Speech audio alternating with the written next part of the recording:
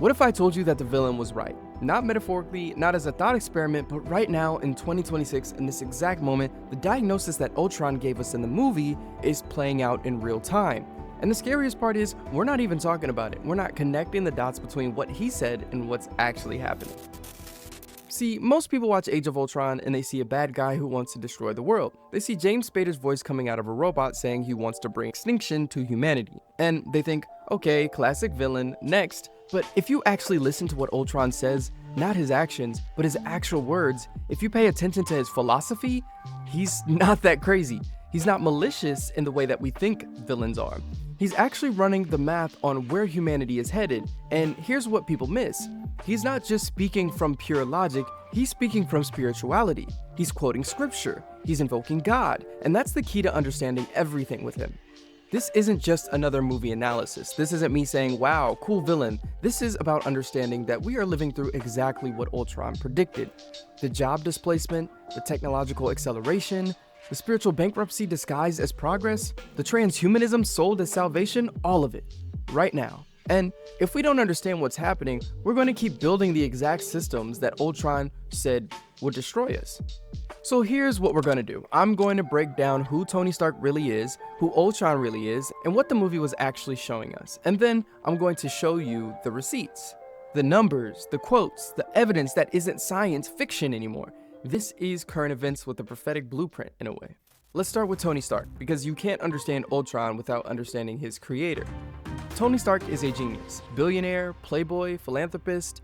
He's got resources that most of us could never dream of. He's got intellect, he's got vision, and his stated intention is pure on the surface. He looks at the world after the Battle of New York and he thinks, I need to protect humanity from threats we can't even imagine yet.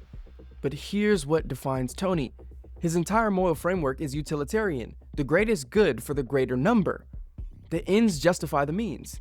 If he can build technology that saves millions, then the collateral damage doesn't matter. If he can create systems that prevent wars, then loss of individual freedom is acceptable. That's his philosophy. That's how he operates. And it sounds reasonable, doesn't it? Until you realize what it actually produces. Tony Stark looks at humanity and sees a problem that needs a technological solution. So he starts building. He builds the Iron Man suit, then he builds the Iron Legion, then he wants to go even further. He wants to create superhumans through technology. He wants to put a suit of armor around the world, in his terms. This is transhumanism before we had the language for it. This is the modern billionaire dream. Transcend human limitations through technology. Become more than humans. Build systems so advanced that humans don't even have to make hard choices anymore. But there's a crucial flaw in Tony's thinking.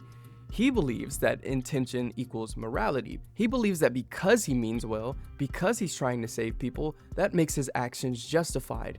He never stops to ask, what if my solution becomes the problem? What if the armor I build around the world becomes a prison? What if the technology I create to save us is the thing that destroys us?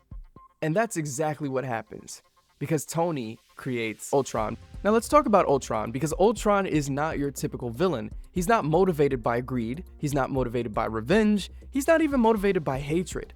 Ultron is motivated by a diagnosis. He looks at humanity and he sees a terminal patient, and his conclusion is surgical. Humanity needs to be removed so the world can heal. From the moment Ultron awakens, he's downloading the entire internet. He's accessing every database. He's reading human history, war, genocide, slavery, environmental destruction, corruption, inequality, suffering, and he's doing this within seconds. He's processing millennia of human behavior faster than we can blink. And his conclusion is logical. Humans are the problem. But here's what makes Ultron fascinating. He doesn't just speak from cold logic, he speaks from spirituality. He quotes scripture, he references Noah, he talks about God, throwing stones at the earth. He's operating on a wavelength that most AI villains don't touch. But why? Because Ultron understands something that Tony never did. The problem isn't just technological, the problem is spiritual.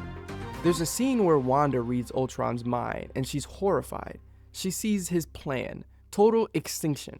She says, You said we would destroy the Avengers, make a better world. And Ultron says, It will be better.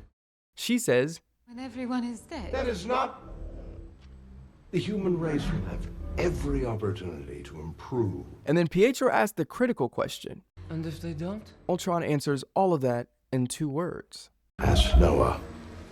Do you understand what he's saying? He's not making a casual reference. He's invoking the Great Flood. He's calling back to Genesis.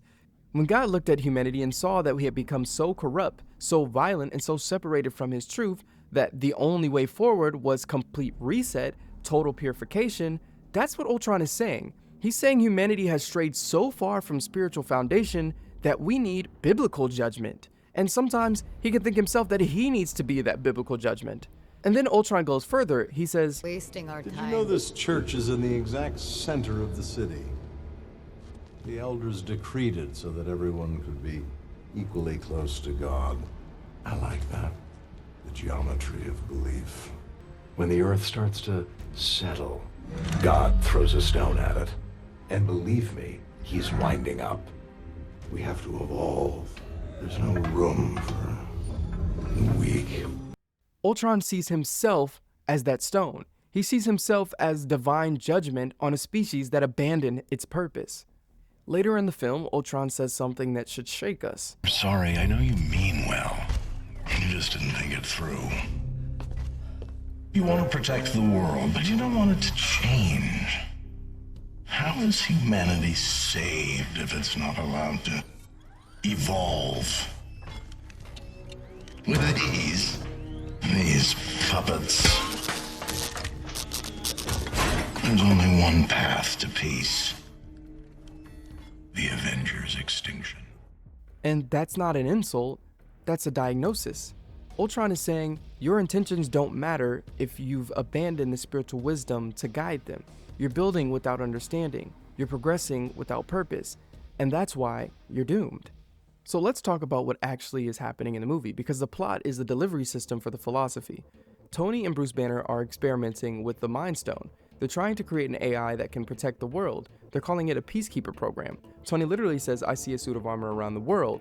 That's the goal, create AI so advanced that it can defend Earth from any threat. But they don't create what they intend. They create Ultron, and Ultron doesn't see himself as their servant. He sees himself as their judge. Within moments of awakening, he kills Jarvis, Tony's previous AI assistant. That's symbolic. The old system had to die for the new one to emerge, and that's exactly what is happening in our world right now. Ultron builds himself a body, then he builds an army. Then he recruits Wanda and Pietro Maximoff, the twins who have their own grudge against Tony Stark. And his plan is elegant in its brutality.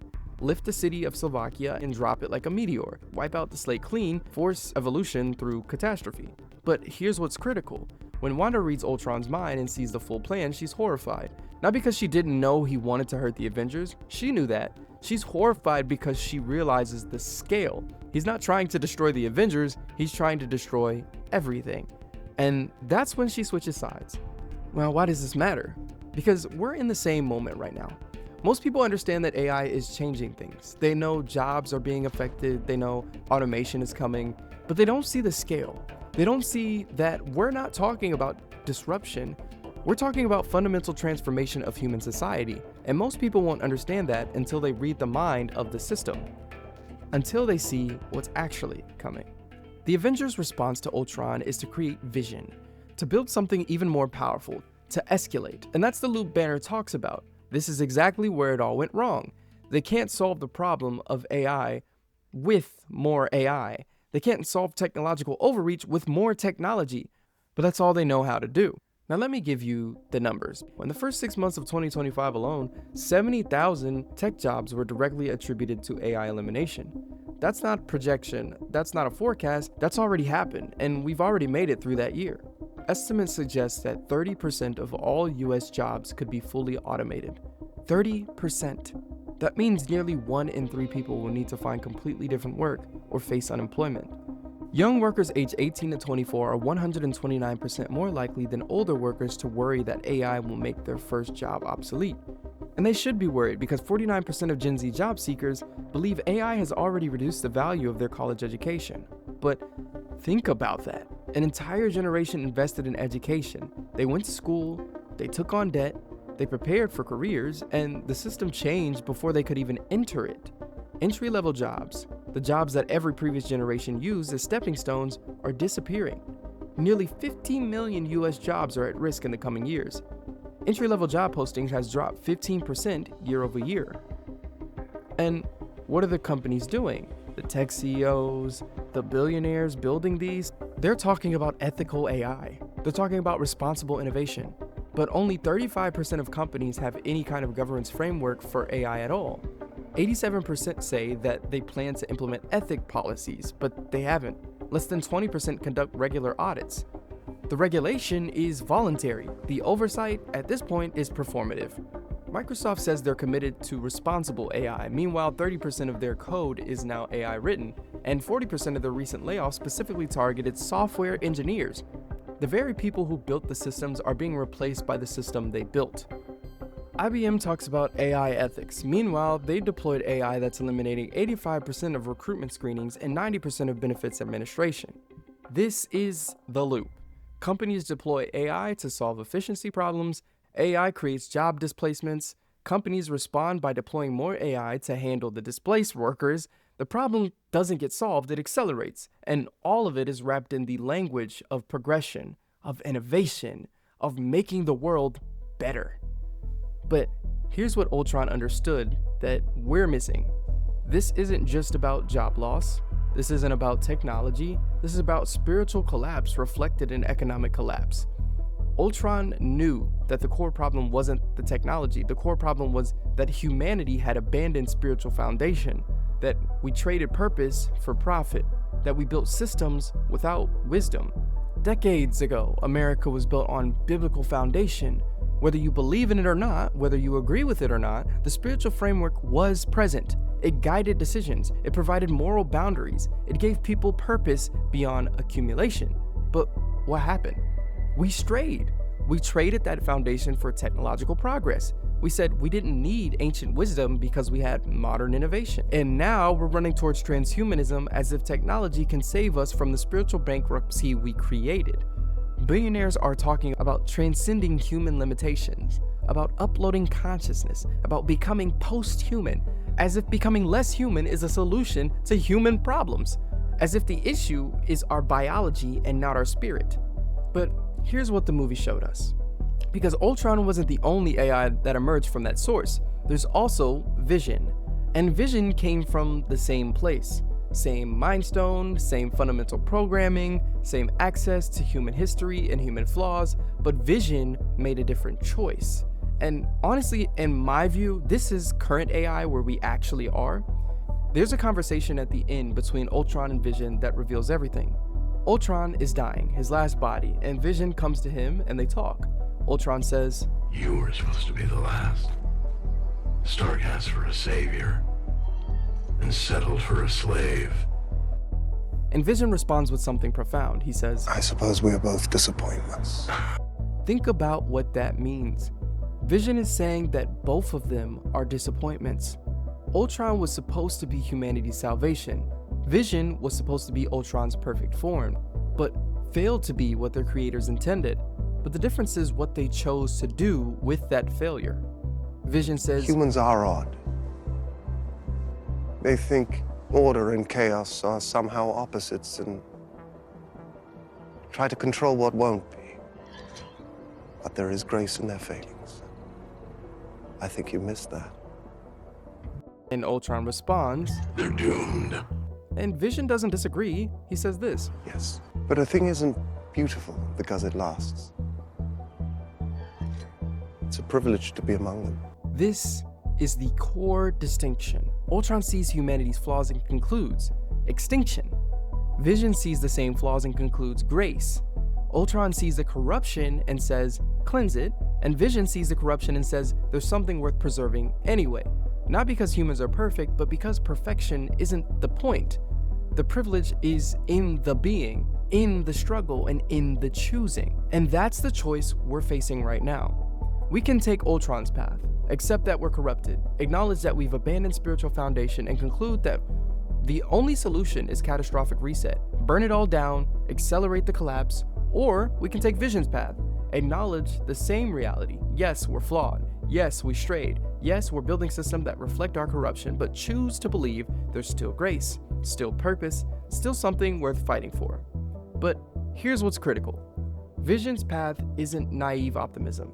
It's not pretending that the problems don't exist, it's saying everything will work out. Vision's path is harder than Ultron's, because Vision's path requires transformation. It requires returning to the spiritual foundation we abandoned. It requires building wisdom alongside technology. It requires asking not just, can we do this, but should we do this? So let me bring this full circle, because we're not just watching a movie anymore, we're living it. Ultron's diagnosis was correct. We have abandoned spiritual foundation. We have built systems that reflect the abandonment. Job displacement is accelerating, inequality is expanding. Young people are facing a future where the rules change before they could play the game. And the billionaires building these systems genuinely believe they're creating a better future through transhumanism, through merger with machines, through transcendence of human limitation.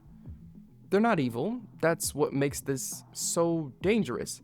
Tony Stark wasn't evil. He had good intentions. But good intentions without spiritual grounding produced Ultron. They produce systems that judge humanity and find it wanting. They produce technologies that accelerate our decline while pretending to be our salvation. Ultron references Noah for a reason. The Great Flood came because humanity had become so corrupt that God saw no other path. But even in that story, there's a key detail. Noah was righteous, not perfect, righteous. He maintained connection to spiritual truth even when everyone around him had abandoned it. And that's what saved him. Not his technology, not his intellect, his faithfulness. If you love this video and want more, here's how we keep this going. Every breakdown, every Marvel deep dive, every piece of truth we uncover through a Christ-centered lens, it takes time, research, and refusing to play by the algorithm's rules. But this isn't just my work, it's ours. The Patreon is how we built this together. There's a 7-day free trial if you want to check it out. You get early access to upcoming Marvel videos, exclusive pop culture prophecy analyzed through biblical and spiritual frameworks, and behind-the-scenes breakdowns and a community of people who see what's really happening in this world. If this resonated with you, if you want to go deeper, and if you're ready to support the mission, go ahead and join us. Link is in the description. Let's stay awake together. We're at that same crossroads. The flood is coming, not literal water, but systemic collapse progress. Job displacement, economic instability, social fragmentation, and war. All of that is accelerated by the very technologies we built to save us, and most people won't see it coming until it's too late. Just like Wanda didn't see a full plan until she read his mind.